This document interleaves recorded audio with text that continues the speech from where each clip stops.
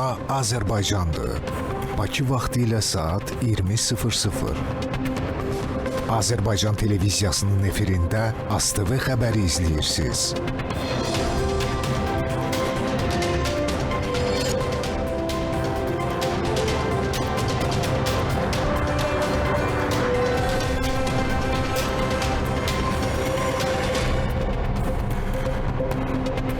Xəbərlərin 20 buraxılışını Samirə Mustafayeva təqdim edir. Hər vaxtınız xeyir olsun. Xəbərləri izləyirsiniz. Əvvəlcə qısaca anonsları diqqətə yetirək.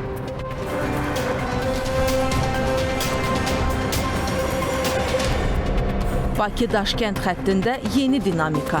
Azərbaycan və Özbəkistan arasında münasibətlərdə diqqət çəkən məqamlar, artan əməkdaşlıq və qarşılıqlı əlaqələrin yeni istiqamətləri, təfərrüatları ASTV xəbərin şərhində.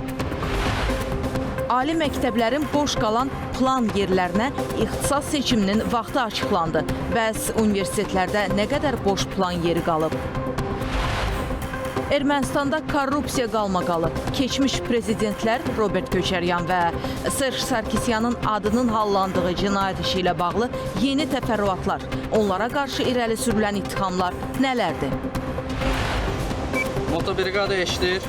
Təcili tibbi yardım bölməsindən ötürülən çağırış dərhal qəbul edildi. Ambucycle xidməti təcili tibbi yardım sahəsinə hansı yeniliklər gətirdi? Oradan bu məsafəyə qədər yardım 3 metr arada. 2 metr oradır, burada durduğun yerdə 3 metrədir. Suyu dayaz hesab edirlər və bir neçə addım atdıqdan sonra ölümlə üz-üzə qalırlar. Bu yay 53 nəfərin dənizdə boğulmasının səbəbləri nədir? İndi isə təfərrüatı ilə. Prezident İlham Əliyevin Özbəkistana dövlət səfəri ölkəmizin artan siyasi nüfuzunu, çox vektorlu xarici siyasətini və bu siyasətin Azərbaycanın öz milli maraqlarını təmin etmə gücünü bir daha göstərdi.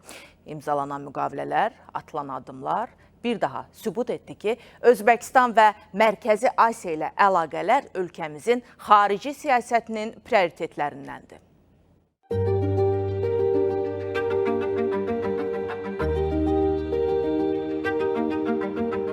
То, что сегодня обсуждалось, те инвестиционные проекты. Bugün müzakirə olunanlar, iqtisadiyyatlarımızın tələb etdiyi və ehtiyac duyduğu sahələrdə qarşılıqlı investisiya layihələri, bütün bunlar hər iki ölkə paralel kursla inkişaf etməsəydi mümkün olmazdı. Обе страны не развивались параллельным курсом. И этот параллельный курс сегодня является важнейшим фактором. Bu paralel kurs isə bugün artıq daha geniş geosiyasətin mühüm amilidir. Çünki Şavkat Miramonoviçin qeyd etdiyi kimi, Azərbaycanın Mərkəzi Asiya ölkələri ilə əməkdaşlıq formatına qoşulmasından sonra geri gəlmişkən, bu məsələdə onun xüsusi rolu olub. Əməkdaşlığın coğrafiyası genişlənib. География сотрудничества расширилась. Bugün Mərkəzi Asiya və Azərbaycan böyük potensiala, eyni zamanda bundan da böyük inkişaf imkanlarına malik vahid geosiyasi və geoiqtisadi regiondur.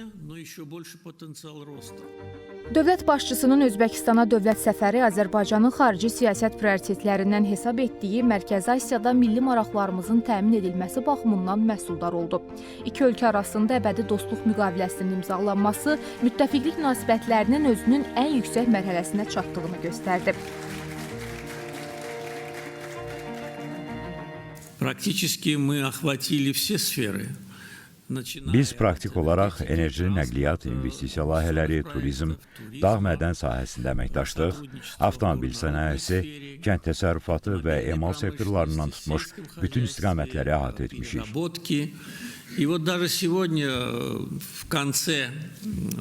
Hətta bugün ikitərəfli formatda rəsmi tədbirlərin sonunda yeni layihələrin təməlini qoyarkən və ya yeni layihələrə başlayarkən belə bu layihələrin sadalanması əməkdaşlığımızın nə qədər çox şaxəli olduğunu nümayiş etdirmək üçün kifayətdir. Насколько многогранно наше сотрудничество. İki liderin yüksək səviyyəli görüşləri fonunda strateji prioritetlər bir daha nəzərdən keçirildi və yeni hədəflər müəyyənləşdirildi. Siyasi dialoqu genişləndirən iki ölkə Birləşmiş Millətlər Təşkilatı, Qoşulmama Hərəkatı, eləcə də digər beynəlxalq və regional təşkilatlar çərçivəsində əməkdaşlığını daha da dərinləşdirəcək. Əbədi dostluq haqqında imzalanan müqavilə imzalamış digər bütün müqavilələrin siyasi, iqtisadi çətiri və hamisi rolunu oynayır. Əsas mən düşünürəm ki, sənəd bənd budur. Çünki orada qeyd olunur ki, Özbəkistan Azərbaycan ərazisindən özünə qarşı hər hansı bir təhlükə gözləməməlidir. İstər iqtisadi, siyasi, mədəni, ideoloji və s. eyni gözləntilər də Azərbaycan Özbəkistandan gözləyir. Dolayısıyla Azərbaycan Özbəkistan üçün elə Özbəkistan qədər təhlükəsiz bir ölkəyə çevrilir və Özbəkistan da Azərbaycan üçün elə bir təhlükəsizlik ölkəyə çevrilir. Bakı və Daşkənd arasında iqtisadi əməkdaşlıq dərinləşir. Azərbaycanla Özbəkistan arasında ticarət dövriyyəsinin 2030-cu ilədək 1 milyard ABŞ dollarına çatdırılacağı hədəflənib. Özbək şirkətləri işğaldan azad edilmiş ərazilərdə investisiya və infrastruktur layihələrinin həyata keçirilməsində daha da yaxından iştirak edəcək. Azərbaycan şirkətlərinin Özbəkistanda sənaye, infrastruktur, tikinti, dağ mədən, energetika, kənd təsərrüfatı və iqtisadiyyatın digər prioritet sahələrində investisiya layihələrinin həyata keçirilməsindəki rolu fəallaşacaq. Səfər çərçivəsində Azərbaycan və Özbəkistan arasında əbədi dostluq haqqında mühüm müqavilə imzalandı. Bu sənəd iki dövlət arasında münasibətlər baxımından strateji əhəmiyyət daşıyır. Eyni zamanda Mərkəzi Asiyada C5 formatında Azərbaycanın da iştirakı ilə daha geniş əməkdaşlıq modelinə, yəni C6 formatına keçid perspektivi formalaşır. Azərbaycanın Mərkəzi Asiya ilə daha sıx inteqrasiyası və orta dəhliz çərçivəsində əməkdaşlığın genişlənməsi bütövlükdə Türk dövlətlər arasında əlaqələr üçün yeni imkanlar açır. Azərbaycan və Özbəkistan qədim İpək yolunun müasir varisi olan orta dəhlizin daha da funksionallaşdırılması üçün razılaşma əldə etdi. İki ölkə arasında nəqliyyat və tranzit strukturu inkişaf edəcək. Prezident İlham Əliyev strateji baxımdan irəliyə baxır. Qarabağın yenidən qurulması, həmin ərazilərin inkişaf etdirilməsi və onları yeni nəqliyyat şəbəkələrinə qoşmaq gələcək üçün hesablanmış addımlardır. Dünyanın bir sıra bölgələrində ciddi kataklizmlərin baş verdiyini də nəzərə alsaq, Zəngəzur istiqamətinin əhəmiyyəti daha da artır. Azərbaycan artıq Mərkəzi Asiya üçün qərbə çıxışda əsas nəqliyyat qapılarından birinə çevrilir. Azərbaycan və Özbəkistan arasında imzalanan müqavilələr iqtisadiyyatdan siyasətə, nəqliyyatdan humanitar sahəyə qədər qurulan strateji bağlar iki ölkənin də milli maraqlarına tam cavab verir. Əbədi dostluğa, qarşılıqlı etimada, strateji tərəfdaşlığa və müttəfiqliyə əsaslanan müqavilənin imzalanması iki ölkə arasında siyasi, iqtisadi və digər sahələrdə əməkdaşlığın daha da gücləndirilməsi üçün möhkəm əsas yaradır. Kazım Kazımov, Sədrəddin Mirzəyev, Əntiqə Fərəcova, ASTV xəbər. Prezident İlham Əliyevin Özbəkistana dövlət səfəri bir daha təsdiqlədi ki, Bakı ilə Daşkənd arasındakı münasibətlər siyasi, iqtisadi və regional əməkdaşlıq baxımından yeni mərhələyə qədəm qoyub və bu münasibətlərə əsl məzmun verən məhz xalqların mədəni və mənəvi yaxınlığıdır. Səfər çərçivəsində birinci xanım Mehriban Əliyevanın Özbəkistanın birinci xanımı Ziraatxon Mirzəyeva ilə görüşləri və birgə addımları iki ölkə arasındakı humanitar əlaqələrin inkişafına mühüm təkan verdi.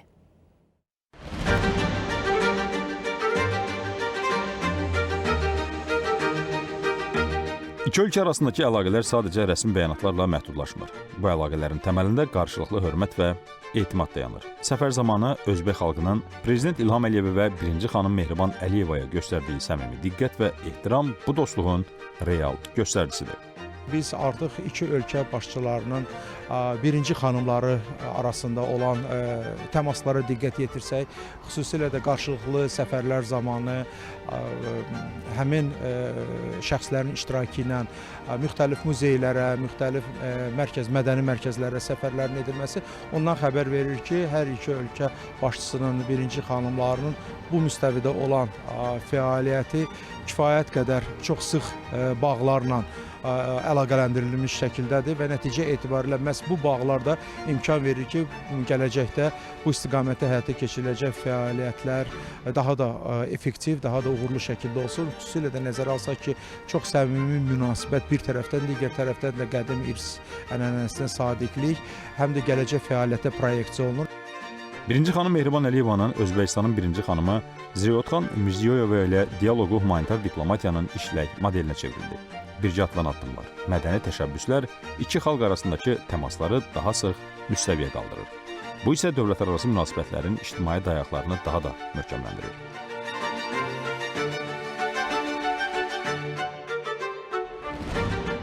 Çay masası arxasında baş tutan görüş rəsmi səfər proqramını canlı bir dialoqla tamamladı. Daşkənddəki İslam Sivilizasiyası mərkəzinə ziyarət isə ortaq köklərimizə və mədəni irsimizə verilən dəyərin təzahürü idi.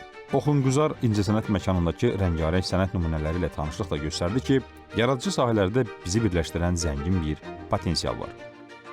Mehriban xanım Əliyevanın cənab prezidentlə birlikdə Özbəkistana səfəri və bu səfər zamanı müzakirə edilən məsələlər bir mənalı şəkildə Özbəkistan-Azərbaycan arasında yalnız iqtisadi əlaqələrin genişlənməsinə deyil, həm də humanitar sahədə yeni əməkdaşlıq imkanlarının qurulmasına gətirib çıxaracaq. Özbəkistan Azərbaycanda bir sıra humanitar layihələri maliyyələşdirir, o cümlədən işğaldan azad olmuş ərazilərimizdə Özbəkistanın dəstəyi ilə humanitar layihələr reallaşır. Azərbaycan eyni zamanda məhz Özbəkistanda bu istiqamətdə fəaliyyət həyata keçirir və gözlənir ki, məhz dövlət səfərində hörmətli Mehriban xanım Əliyevanın keçirdiyi görüşlər və bu istiqamətdə aparılan müzakirələr humanitar sferada həm də Azərbaycanın Özbəkistanda fəaliyyətinin genişlənməsinə gətirib çıxaracaq. Mədəniyyət xalqları bir-birinə qovuşduran ən etibarlı vasitədir. Memarlıq abidələri. Qədim sənət inciləri və tarixi yaddaşımız bizi keçmişimizlə bağlamaqla yanaşı, gələcəyə də birgə addımlamağa imkan yaradır.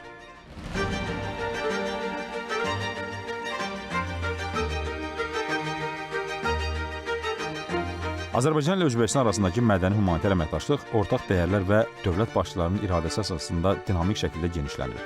Qarşılıqlı mədəniyyət günlərinin keçirilməsi, Özbəkistanın ən qədim və nüfuzlu ali təhsil müəssisələrindən biri olan Milli Pedaqoji Universitetin Nizami Gəncəvinin adını daşıması və Bakının mərkəzində Özbəkistan parkının təməlinin qoyulması mədəni humanitar əməkdaşlığın geniş miqyaslı xarakterini nümayiş etdirir.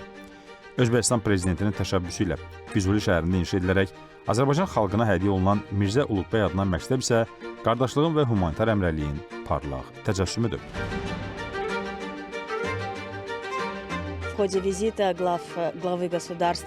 Azərbaycan prezidentinin dövlət səfəri zamanı iki ölkənin birinci xanımları bir neçə yerləri birgə ziyarət etdilər.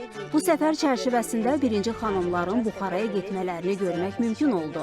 Müxtəlif maraqlı yerləri ziyarət etdilər, o cümlədən reabilitasiya mərkəzinə baş çəkdilər. Birinci xanımların müqəddəs yerləri ziyarət etmələrini görmək çox xoş idi. Onlar mədəniyyət, humanitar və təhsilin inkişafı haqqında müzakirələr apardılar. Bu səfər bir daha sübut etdi ki, Azərbaycan və Özbəkistanı birləşdirən bağlar dərin tarixi köklərə söykənir. Ortaq şəhər salma mədəniyyəti, eyni kökdən bəslənən ənənələr və sarsılmaz tərəfdaşlıq bu münasibətlərin gələcəkdə daha da genişlənəcəyindən xəbər verir. Kamil Eldaroğlu, ASTV xəbər. Prezident İlham Əliyevin sosial media hesablarında Özbəkistana dövlət səfərinə dair paylaşım edilib. Prezident İlham Əliyevin Özbəkistana dövlət səfəri.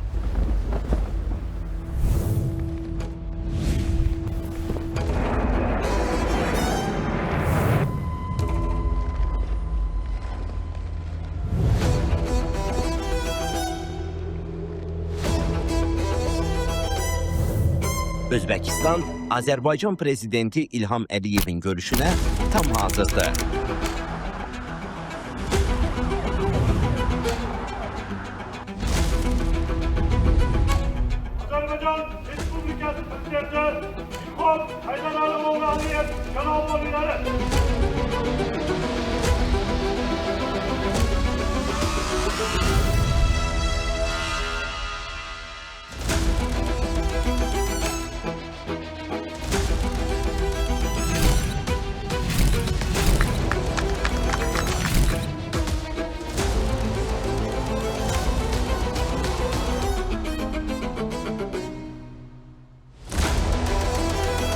Уважаемый Ильхам Гайдарович, еще раз хош келипсиз O'zbekistonga. Для меня большая честь быть награжденным орденом Дослух высшей степени, как сказали, Али Дараджали, но по-азербайджански это также звучит. И хотел бы вас искренне поблагодарить за такое братское отношение.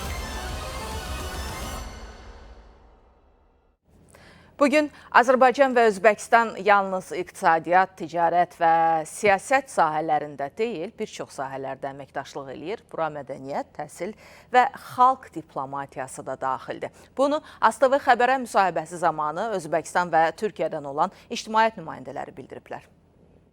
Azərbaycan-Özbəkistan dostluğu məhz hörmətli liderlərimizin qurduğu yüksək səviyyəyə çatdırılmalıdır. Diqqət yetirməli olduğumuz daha bir mühüm məsələ isə Orta Dəhlizin və Zəngəzur dəhlizinin açılmasıdır. Biz bilirik ki, Özbəkistan coğrafi baxımdan elə bir mövqedə yerləşir ki, bu dəhlizlərin açılması ölkəmiz üçün böyük əhəmiyyət daşıyır. Özbəkistan dünyanın Avropaya açılan böyük bir qapısı rolunu oynayacaq. Mən Orta Asiya bölgələri və Azərbaycanın başlatmış olduğu Özbəkistandan bu mərhələni doğrudan da Türk dünyası üçün bir əsrin müqaviləsi olduğunu düşünürəm. Əbədi dostluq müqaviləsinin, əbədi dostluq müqaviləsi eyni zamanda da çox ciddi bir iqtisadi inkişafı bərabərində gətirəcək. Prezident İlham Əliyevin Özbəkistana dövlət səfəri qardaş ölkələr arasında müttəfiqliyin yeni inkişaf mərhələsinə keçdiyini göstərdi. Səfərin nəticələri barədə Milli Məclisin deputatları və politoloqların şərhini eşidəcəyik. Çox uğurlu səfərdir. Yəni, hamımız bilirik ki, Azərbaycan Özbəkistanla çox yaxın dövlətlərdir. Ancaq bunu bir rəsmiləşdirmək və nümayiş eləmək də vacibdir. Ona görə indi bizim müttəfiqliklə bağlı müqaviləmiz var idi. Onu demək olar ki, əbədi dostluq sənədi ilə tamamlandı. Və çox səmimi şəkildə Azərbaycan prezidentinin, onun ailə üzvlərini qəbul edirdilər. Və düşünürəm ki, bizim çox yaxşı perspektivlarımız var. İqtisadiyyatımızın inkişafında, nəqliyyat məsələləri ilə bağlı, mədəniyyətdir, turizmdir. Yəni, ənənəvi tarixən gələn dostluğumuz, qohumluğumuz, bir-birimizə bağlılıq indi müstəqil dövlətlər kimi düşünürəm ki, davam olunacaq. Bu günləri vacib şərtlərdən biri əlbəttə ki, siyasi əlaqələrin daha da möhkəmlənməsi ilə yanaşı iqtisadi münasibətlərin, iqtisadi layihələrin və eyni zamanda birgə layihələrin icrası ilə bağlı gündəmdə olan məsələlər mövcuddur. Bu günləri Azərbaycan üzərindən Orta Asiya respublikalarının yük daşıma baxımından, tranzit yük daşıma Avropaya çıxış baxımından, Xəzər üzərindən, eyni zamanda quru sərhədlər üzərindən kifayət qədər önəm kəsb edir. Bu günləri Azərbaycan kifayət qədər mühüm perspektivlər var və mühüm, belə deyək ki, strateji mərkəz rolunu oynayır və Çindən tutmuş İpək yolu vasitəsilə Orta Asiya respublikalarının tranzit Avropaya yük daşımalardan Azərbaycan üzərindən keçməsi və əlbəttə ki, bu mühüm iqtisadi imkanların genişlənməsində öz sözünü deyir. O qədər mühüm bir deməli münasibətlərdir ki, burada faktiki olaraq Azərbaycanla Mərkəzi Asiya arasında vahid bir məkan yaranır. Yəni biz Cənubi Qafqaz regionunun bir aparıcı dövləti kimi Mərkəzi Asiyanın həm aparıcı dövləti ilə münasibətlərimizi əbədi edirik və eyni zamanda faktiki olaraq Mərkəzi Asiya və Cənubi Qafqaz vahid bir məkana çevrilir. Bu özü-özlüyündə əlbəttə ki, böyük bir nailiyyətdir.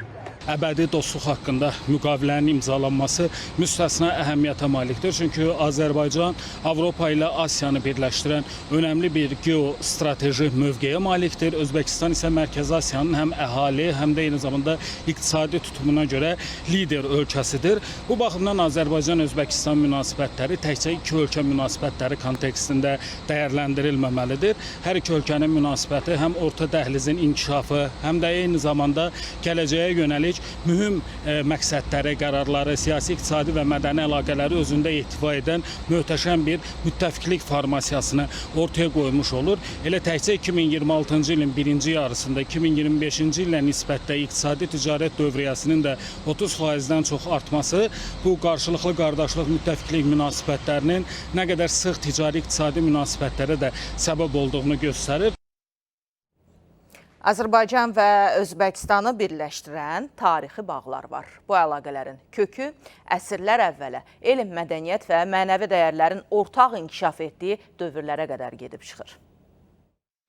17-ci əsrin görkəmli Azərbaycan filosofu və alimi Yusif Qarabaği Şiraz, Səmərqənd və Buxarada elmi fəaliyyət göstərərək öz zəngin irsi ilə Orta Asiyanın ictimai, elmi, fəlsəfi və mədəni həyatına mühüm töhfələr verib. Bu alimni bir qator əsərləri Bu alimin bir sıra əsərləri günümüzə qədər gəlib çatıb. Xüsusilə İlham Əliyev cənablarının Buxaraya səfərləri zamanı həmin əsərlərdən bəzilərinin diqqətə çatdırılması xüsusi əhəmiyyət daşıyır. Düşünürəm ki, bunun həm də rəmzi mənası var. Azərbaycan prezidentinin Özbəkistana rəsmi səfərləri Azərbaycan Respublikası ilə Özbəkistan Respublikası arasında, o cümlədən elmi və mədəni sahələrdə əlaqələrin getdikcə möhkəmlənməsi və iki ölkə arasında əbədi dostluq haqqında müqavilənin imzalanması fonunda bu mövzunun gündəmə gətirilməsi xüsusi rəmzi məna daşıyır. Qarabağinin Buxaradakı fəaliyyəti onun elmi nüfuzunun göstəricilərindən biri idi. 1619-cu ildə Buxara hökmdarı Bahadur xan onun şərəfinə kitabxana tikdirib, alimi isə həmin kitabxananın rəhbəri təyin edib. Yusif Qarabağinin 24 risaləsinin əlyazmaları bugün Özbəkistan Elmlər Akademiyasının Şərqşünaslıq İnstitutunda qorunur. Qarabağdan çıxan bir alimin əsərlərinin bugün Özbəkistanda yaşadılması keçmişdən bugüna uzanan elm körpüsünün ən qiymətli nümunələrindəndir. və yana bir qator boshqa əsərlər ham yozgan. Onun xüsusilə Risale-i Battiniyə əsəri və digər yaradıcılıq nümunələri daha dərindən və hərtərəfli tədqiq olunmalıdır. Qarabağın irsi bugünə qədər kifayət qədər öyrənilməyib və əvvəlki araşdırmalar əsasən məhdud xarakter daşıyıb. Gələcəkdə aparılacaq tədqiqatların nəticələrinin Şuşa Lisey Mərkəzinin muzey ekspozisiyasında təqdim olunması da mühüm əhəmiyyət daşıyır. Qarabağdan Buxaraya uzanan bir elm yolu.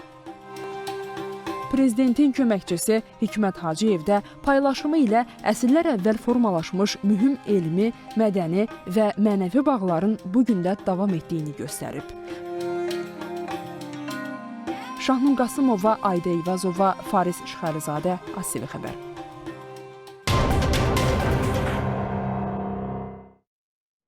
Laçında Azərbaycanla Ermənistan arasında elektrik enerjisinin idxalı və ixracı imkanları müzakirə olunub. Azərbaycanın Energetika Nazirliyinin və Azərenerji Açıq Səhmdar Cəmiyyətinin, Ermənistanın Ərazi İdarə Etmə və İnfrastruktur Nazirliyinin və Elektrik Enerjisi Sisteminin operatoru şirkətinin nümayəndələrinin işgüzar görüşü keçirilib. Tərəflər iki ölkə arasında elektrik enerjisinin idxalı və ixracı imkanlarını, eləcə də bu məqsədlə iki ölkənin enerji infrastrukturlarının dövlət sərhəddində əlaqələndirilməsinin mümkün variantlarını müzakirə ediblər.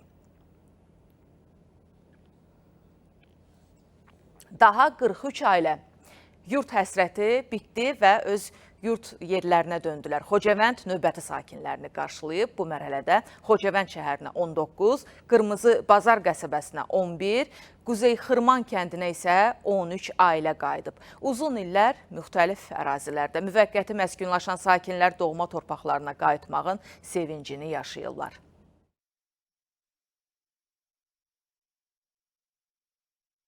Mən buradan çıxanda 24 yaşım var idi, bir yoldaşım idi, bir özüm çıxmışıq. Şükür Allah'ın birliyinə, bugünkü günü 3 evladım, 7 nəviyyə ilə qayıtmışam Xocavəndə. Yəni mənim uşaqlığım bu rayonunda, düz kənddə yaşamışam, uşaqlığım rayonda çox keçib. Mən buradan çıxanda mənim 6 yaşım vardı, indi 41 yaşım var. Mənim oğlumun, balaca oğlumun 11 yaşı var, böyük oğlumun 16 yaşı var. 33 ildən sonra qayıdırıq öz evimizə, obamıza. Ermənistanda sabiq prezidentlər Robert Köçəryan və Serj Sarkisyana qarşı cinayət işi açılıb. Robert Köçəryan və oğlu Sedrak Köçəryan saxlanılıblar. Ermənistan Baş Prokurorluğunun məlumatına əsasən Robert Köçəryana vəzifə səlahiyyətlərindən sui-istifadə, külli miqdarda rüşvət alma və çirkli pulların yuyulması ilə bağlı ittihamlar irəli sürülüb. İstintaqın iddiasına əsasən söhbət dövlət əmlakının bazar qiymətindən aşağı qiymətlərlə ayrı-ayrı şəxslərə və şirkətlərə verilməsindən gedir. Köçəryan saxlanıldıqdan sonra özünü pis hiss etdiyi və tibbi yardım göstərildiyi bildirilir. İş üzrə Serj Sarkisyan cinayət təqibinə cəlb olunub və ona qarşı da vəzifə səlahiyyətlərindən sui-istifadə ittihamı irəli sürülüb. Hörmüz boğazında mövcud olan bütün minalar ya götürülüb, yaxud da ki zərərsizləşdirilib. Bunu Amerika Birləşmiş Ştatları Prezidenti Donald Trump sosial şəbəkəsindəki paylaşımında bildirib. Qeyd edib ki, ABŞ kosmik qüvvələri Hörmüz boğazının hər bir kvadrat metrini izləyir. İrana xəbərdarlıq olunub ki, yeni minaları quraşdıran istənilən gəmi və yaxud da ki, qayıq dərhal məhv ediləcək deyə paylaşımda bildirilir.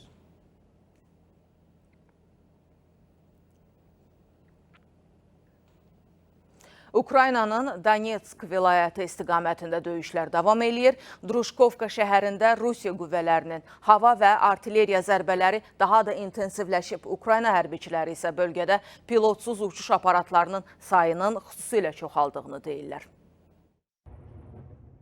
Donetsk vilayətinin Druşkovka şəhərində vəziyyət gərgin olaraq qalır. Ukrayna hərbçiləri piyadaların və pilotsuz uçuş aparatlarının dəstəyi ilə cəbhə xəttini qorumağa çalışırlar. Hazırda Konstantinovka istiqamətində Druşkovka şəhərindəyik. Vəziyyətin kritik olduğunu deməzdim. Piyadalarımızın və pilotsuz uçuş aparatlarımızın köməyi ilə cəbhə xəttini saxlayırıq. Şəhər həm hava bombalarından, həm də artilleriyalardan davamlı atəşə tutulur. Səmada puaların sayı çox yüksəkdir.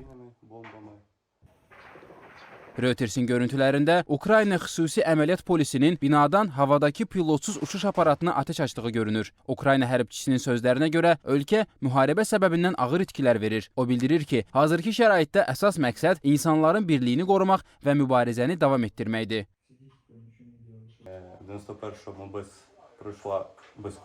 Biz möhkəm dayanırıq, qalib gələcəyik. Amma indi biz bunun üçün ağır bədəl ödəyirik. Ən yaxşı insanlar həlak olur.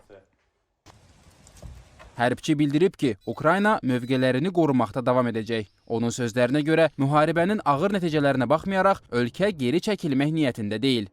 Xavər Əliyeva, Orxan Qayıbov, ASTV xəbər.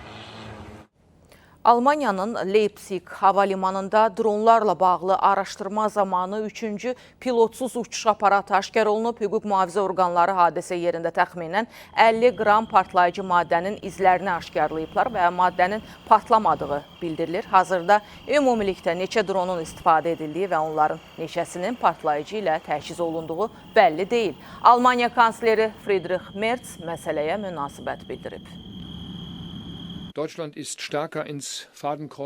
Almaniya getdikcə daha çox hibrid hücumların hədəfinə çevrilir. Avqustun 4-də Leipzig hava limanında baş verən hadisə bunun açıq nümunəsidir. Hücum edənlər getdikcə daha amansız davranır. Ciddi maddi ziyana, hətta insanların yaralanmasına və ölümünə səbəb ola biləcək risklərə belə hazırdılar. Leipzigdəki hücumun arxasında kimin dayandığını hələ də açıqlamayacağıq. Təhlükəsizlik orqanları ilə bu istiqamətdə intensiv işləyirik və nəticələri yaxın zamanda təqdim edəcəyik. Haitinin paytaxtı Port-au-Prince yaxınlığında silahlı hücum çoxsaylı insan tələfatına səbəb olub. Azı 47 nəfər həyatını itirib, 22 nəfərin yaralandığı bildirilir. Hücum gecə saatlarında Kenskov məhəlləsində baş verib. Silahlı şəxslər yaşayış məntəqəsinə daxil olaraq insanlara atəş açıb, evlərə od vurublar. BMT rəsmilərinin məlumatına görə hücumda 40-dan çox insan həyatını itirib, onlarla adam yaralanıb. Sakinlər deyirlər ki, hücumlar artıq adi hala çevrilib. Son hadisə polis bölməsinə yaxın yerdə baş verib. Bəziləri hücum zamanı təhlükəsizlik qüvvələrinin müdaxilə etmədiyini deyir. Bu səbəbdən narazı vətəndaşlar Kenskov polis rəisinin istefasını tələb edirlər. Biz pis vəziyyətdə yaşayırıq. Hökumət bizim üçün heç nə etmir. Kenskovda insanların qanı tökülməkdə davam edir. Baş nazir artıq əhali üçün nəsə deməlidir. Daha buna dözə bilmirik. Kenskov ötən ildən bəri hücumların hədəfindədir. Burada son 2 ay ərzində 260-dan çox insan həyatını itirib. 3000-ə yaxın sakin evlərini tərk etməyə məcbur olub. Qaçırılma və zorakılıq halları artıb. Son hücum təhlükəsizlik problemini yenidən gündəmə gətirib. Amin Həsənli, Orxan Qayıbov, ASTV xəbər.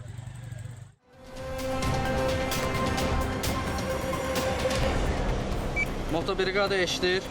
Təcili tibbi yardım bölməsindən ötürülən çağırış dərhal qəbul edildi. Ambucycle xidməti təcili tibbi yardım sahəsinə hansı yeniliklər gətirdi?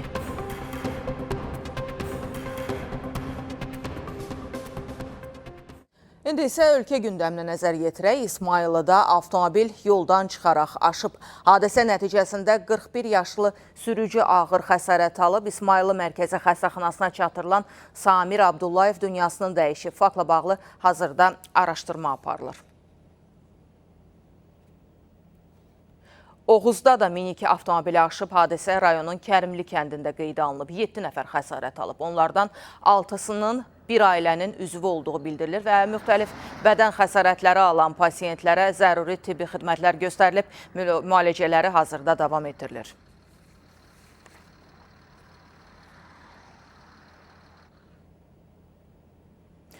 Və bu arada təcili tibbi yardım xidmətində operativlik artırılır. Ambucycle modeli məhz elə bu məqsədə xidmət eləyəcək. Hətta əməkdaşların üzərində müşahidə kameraları da olacaq ki, bu da bütün bu prosesi izləməyə kömək eləyəcək. Moto ambulanslar hansı çağırışlara yönləndirilir və hadisə yerinə ümumiyyətlə necə çatır? Əməkdaşımız Vüqar Alışıb onların fəaliyyətini izləyib və bir reportaj hazırlayıb. Motobrigada, mərkəzə cavab verin. Motobrigada eşidir. Təcili çağırışımız var, qeyd eləyin. Talon 9630, talon 9630. Vaxt 13:45, 13:46, 13:45, 13:46. Təcili tibbi yardım bölməsindən ötürülən çağırış dərhal qəbul edildi. Həmin ərazidə nəqliyyat hərəkəti sıx olduğundan ambucycle'lar təyin olundu və onlar çağırış ünvanına gedirlər.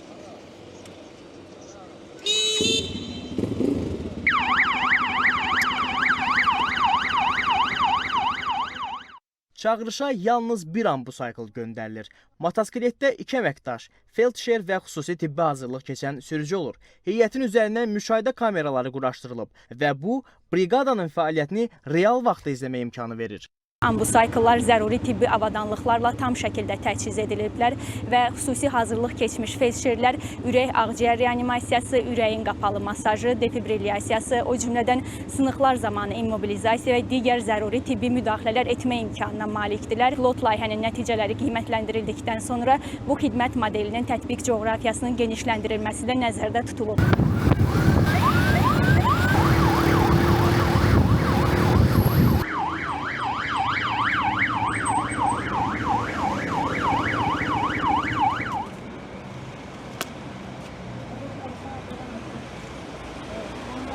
Təbibə aid olan ambucycle heyəti artıq çağırış ünvanındadır və onlar ilkin müdaxiləni edirlər. Ehtiyac yaranacağı təqdirdə isə ambulans maşınlar xəstəni təxliyə edəcəklər. Sahəsi yerinə çatdıq, ilkin müdaxiləni göstərdik. Deməli, xəstədə dirsək nahiyəsinin sıyrılmış, çızılmış yarası, bir də sol baldır sümüklərinin travmatik zədəsi var idi. İmmobilizasiya olundu, ağrı kəsici vuruldu.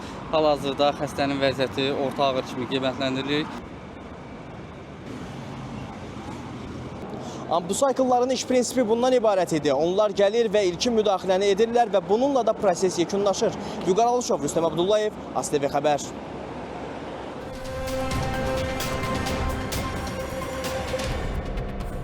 Ali məktəblərin boş qalan plan yerlərinə ixtisas seçiminin vaxtı açıqlandı. Bəs universitetlərdə nə qədər boş plan yeri qalıb?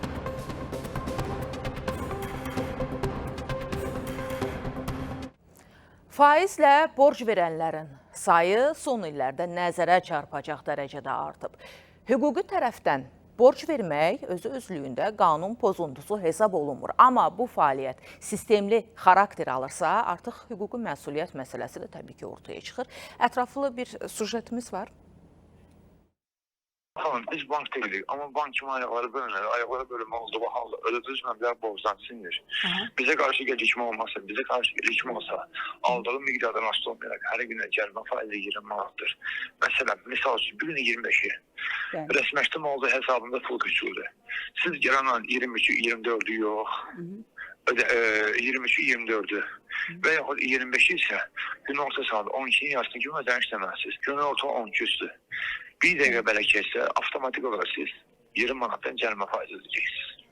Bir gün gecikməyə görə 20 manat cərimə. Bəs bu fəaliyyət necə tənzimlənir? Sosial şəbəkələrdə qısa axtarış zamanı buna bənzər çoxsaylı elanlara rast gəlmək mümkündür. Müxtəlif məbləğlərdə pul təklif edilir, ödənişlərin isə aylara bölünəcəyi bildirilir.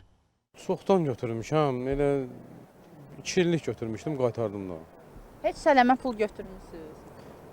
Götürmüşəm. Belə də indi köməklik eləyir. Elə pis münasibətim yoxdur. Faiz gecikməyə görə çox gəlir. O da ki, çalışdığım qədər eləmişim ki, gecikmə düşməsin. Ehtiyac var. Pis baxmıram, amma olmasa daha yaxşı olardı.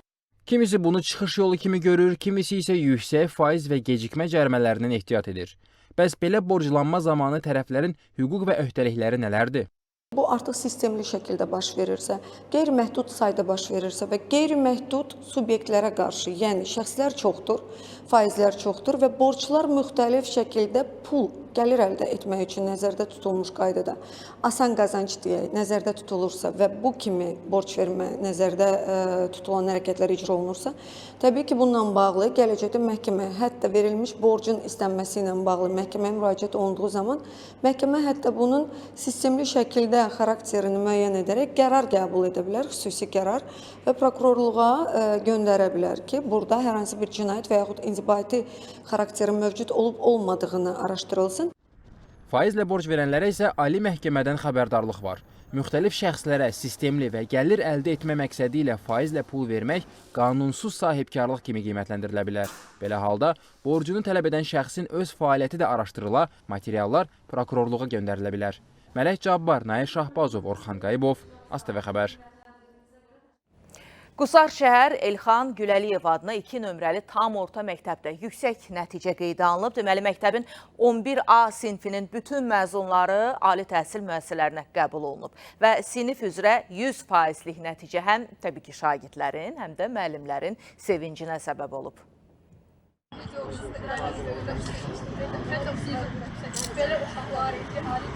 Qusar 2 nömrəli tam orta məktəbin 11A sinifi üçün qəbul imtahanı nəticələri sevindirici olub. Sinifdə təhsil alan bütün məzunlar tələbə adını qazanıblar. Onların sevincinə müəllimləri də şərik olub. Hamısı instituta girəndə, tələbə olanda çox sevindim ki, bildim ki, mənim işim düz qurulmuşdu. Onlara mən həmişə deyirdim ki, siz özünüzə, tək özünüz üçün oxumursunuz. Siz bizim üçün, valideynlər üçün, vətənimiz üçün də oxuyursunuz ki, layiqli övlad olasınız. Tələbə adını qazanan məzunlar üçün qarşıda yeni və ümidverici bir mərhələ başlayır. Əslində bu nəticəni mən gözləyirdim, çünki çox çalışırdım. Dərslərlə bir gün ərzində 3-4 saat məşğul olurdum. Həm də məktəbə gedirdim, çünki məktəb bizə çox dəstək oldu. Mən 434 balla Xəzər Universiteti fizika müəllimliyinə dövlət sifarişi əsasında tədris Azərbaycan dilində qəbul olmuşam. Və bu xəbəri eşidəndə çox sevinmişdim, çünki mən necə deyim, çox hazırlaşmışdım. Qeyd edək ki, 11A sinifi ilə yanaşı bu il məktəbin daha 30 şagirdi də tələbə adını qazanıb.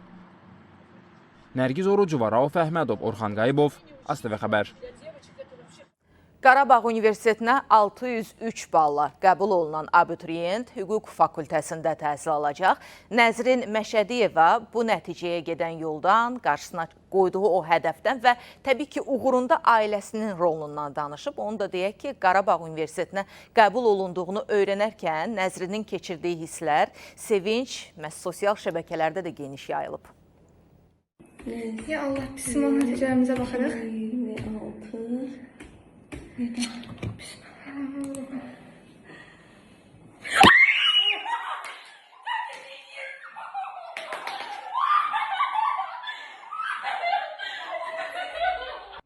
...603 bal, Hüquq Fakültəsi və Qarabağ Universiteti. Nəzrin Məşədiyeva üçün bu nəticə sadəcə tələbə adını qazanmaq deyil, illər əvvəl qarşısına qoyduğu məqsədin gerçəkləşməsidir. 604 bal toplamışam və Qarabağ Universitetinin Hüquqşünaslıq Fakültəsinin tədris ingiliscə qəbul oldum. Bu universitet mənim 10-cu sinifdən bəri özümə qoyduğum bir məqsəd, amma ixtisas isə uşaqlığımdan bəri olan bir xəyalım idi. Yəni həm uşaqlıq, həm 10-cu sinif arzusu bir yerə gələndə həqiqətən ortaya möhtəşəm bir şey çıxır. Nəzrin üçün bu universiteti hədəf seçməsinin əsas səbəblərindən biri də atasının onda bu həvəsi yaratmasıdır. Bu torpaqların azad olmasında atamın da misilsiz rolu var. Düşünürəm ki, Qarabağ Universitetini təhsil almaq mənim üçün böyük bir fəxarətdir. Hətta universitetin qabağında olanda mən atama belə bir sual verdim ki, sən istəyirsən mən burada təhsil alım.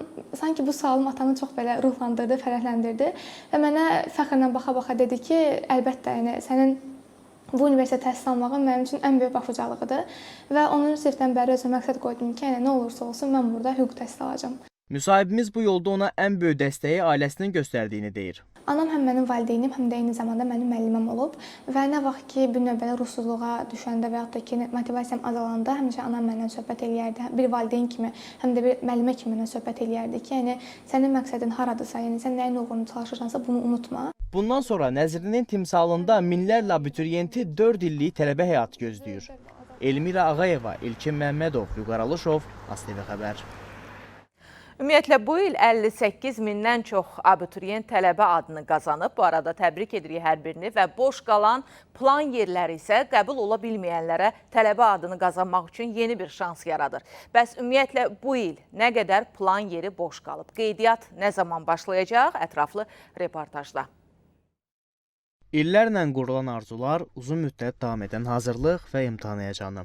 Bunların hamısı artıq Vasif üçün geridə qaldı. Nəticə isə 640 bal oldu. Bakı Dövlət Universitetinin hüquq fakültəsinə daxil olmuşam. Bunun üçün çox şadam. Elə əsas istəyim də Bakı Dövlət Universitetinin hüquq fakültəsinə daxil olmaq idi. Müvəffəqiyyətlərimə görə də müəllimlərimə, valideynlərimə və məni dəstəkləyən hər kəsə çox təşəkkür edirəm. Lakin bundan sonraki qeydiyyat prosesinin necə olacağını hələ dəqiq bilmirəm. Vasif kimi tələbə adını qazananlar üçün də qeydiyyat məsələsi sual altındadır. 435 bal toplamışam. Bakı Dövlət Universitetinin jurnalistika fakültəsinə daxil oldum. Uşaqlıqda yenə buranı istəyirdim. Amma qeydiyyat mərhələsi haqqında bir məlumatım yoxdur. Necə eləyəcəm bilmirəm. Mən ADO Universitetinin hüquq fakültəsinə qəbul olmuşam 631 balla. Əsas məsələ qeydiyyatdan keçməkdir, amma mən hardan necə qeydiyyatdan keçəcəyimi bilmirəm. Qəbul olanlar üçün qeydiyyat avqustun 28-dən sentyabrın 8-nə dək MyGov platforması üzərindən aparılacaq. Bu il 87.146 nəfər müsabiqədə iştirak edib. 58.947 nəfər ali təhsil müəssisələrinə qəbul olub. Onlardan 28.108 nəfər ödənişsiz, 30.522 nəfər isə ödənişli əsaslarla təhsil alacaq. Boş qalan plan yerlərinə gəldikdə isə ümumilikdə 5 ixtisas qrupu üzrə 1782 yerdir. Burada birinci ixtisas qrupunda 3%-dən bir qədər artıq boş yer qalıbdır. İkinci ixtisas qrupunda 2%-dən artıqdır. Üçüncü ixtisas qrupunda demək olar ki, boş yer yoxdur. Cəmi burada 0,16%-dir, 25 yer boş qalıbdır. Dördüncü ixtisas qrupunda bir qədər var, hardasa 8%-dən artıq və 5-ci ixtisas qrupunda da 6%-dən artıq yer boş qalıbdır. Bu yerlər üzrə qeydiyyat isə avqustun 28-dən sentyabrın 2-nə dək davam edəcək. Səknəbəyim Cəfərova, Nail Şahbazov, Vüqar Alışov, ASTV Xəbər. Buraxışımız davam eləyir. Yay mövsümündə dənizdə boğulma xəbərləri tez-tez eşidirik. Mütəxəssislər bunun səbəbini insanların qeyri-çimərlik ərazilərinə üz tutmasında görürlər. Əməkdaşlarımız isə dalğıcılarla həmsöhbət olub. Bugünə qədər qeyri-çimərlik ərazilərində 53 nəfər suda boğularaq həyatını itirib. Bu, kifayət qədər böyük göstərici hesab edilir. Bəs rəqəmlərin artmasına səbəb nə ilə əlaqələndirilir? Hava şəraitinin kəskin dəyişməsi, bildiyiniz kimi Bakı küləklər şəhəridir. Xəzər küləyinin mütəmadi olaraq əsməsi, yüksək dalğalar, yüksək axın sürətini həyata keçirdir və bu səbəbdən də batma baş verir. Və digər tərəfdən də sualtı qəflətli yarğanlar, çuxurlar, təhlükəli ərazilər, qayaların yaxınlıqları batma təhlükəsindən üzləşən insanlara da daha çox pis təsir göstərir. Bəs sualtı yarğanlar niyə əmələ gəlir?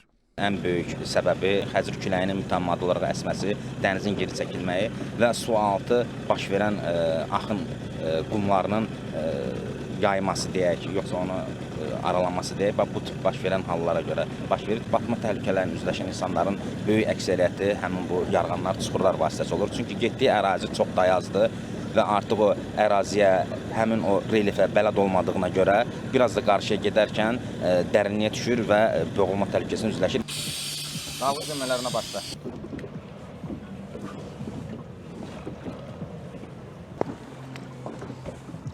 Dərinliyi nə qədərdir? Dərinliyi burada 2. 2. Biraz qabaq, ora dalğıc əmmələri ilə. 3.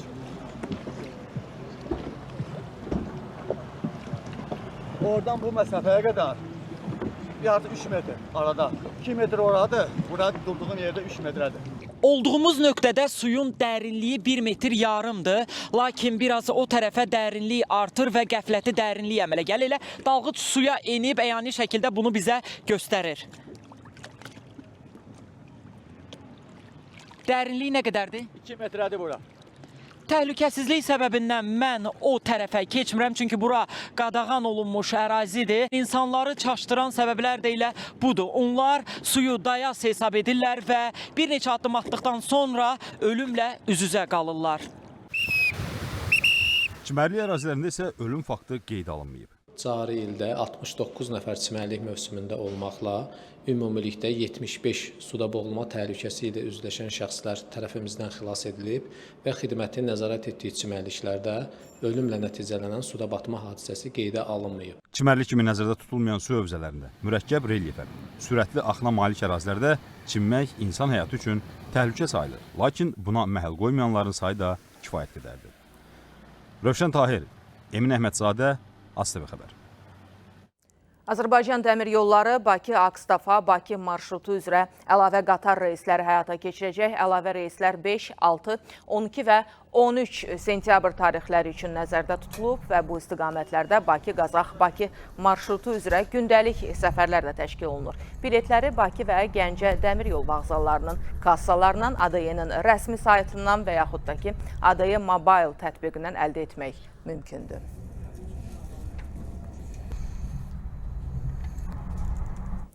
Sabah 26 avqust Laçın şəhəri günüdür və bu məqsədlə şəhərdə müxtəlif tədbirlərin keçirilməsi nəzərdə tutulub. Ən son hazırlıqlar barədə isə əməkdaşımız Vüsalə Məmmədzadə məlumat verib.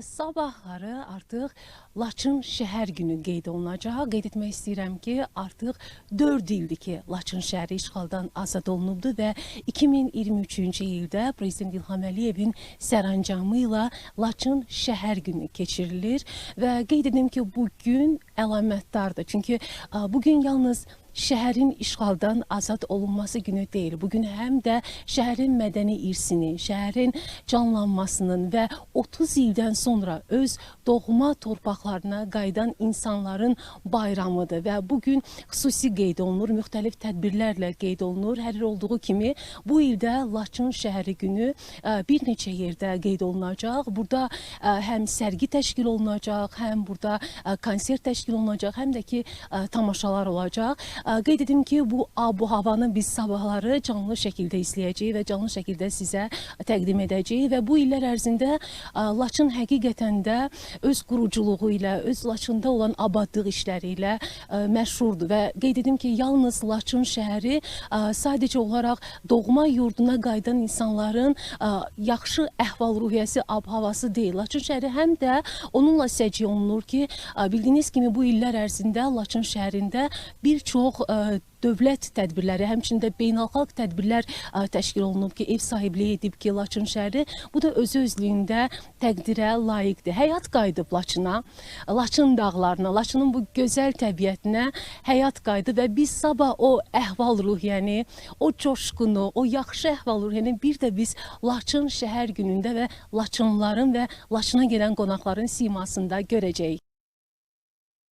Və sabahın hava haqqında məlumatını görək necə olacaq. Bakıda və daha doğrusu Bakıda hava yağmursuz keçəcək. Abşeron yarımadasının bəzi ərazilərinə gəldikdə isə səhər qısa müddətli yağış yağacağı ehtimal olunur. 34 dərəcə isti olacaq. Bəs bölgələrə gəldikdə proqnoz necədir? Sinoptiklərin məlumatı var, eşidək. Bölgələrdə də əksər rayonlarda yağmursuz hava şəraiti müşahidə olunsa da, lakin gündüz saatlarında bəzi dağlıq və dağ-təyi rayonlarında qısa müddətli yağış yağacağı, şimşək çaxacağı gözlənilir. Mülayim şərq küləcək. Havanın maksimal temperaturu Aran rayonlarında 30-35, dağlıq ərazilərdə 22-27 dərəcə isti olacaq. Sabah Hapoel oyunu ilə bağlı Bakı metropoliteninin bugün iş rejimi dəyişdiriləcək. Qurumun məlumatına görə qarşılaşma penaltilər seriyasına qədər davam eləyərsə, stansiyalar gecə saat 1-ə qədər sərnişinlərin girişinə açıq olacaq. Ehtiyat qatarlar xəttə buraxılmaq üçün hazır saxlanılacaq. Belə hörmət və dəyərli izləyicilərimiz, xəbərləri izlədiniz. Görüşmək ümidi ilə sağ olun, sağlıqla qalın.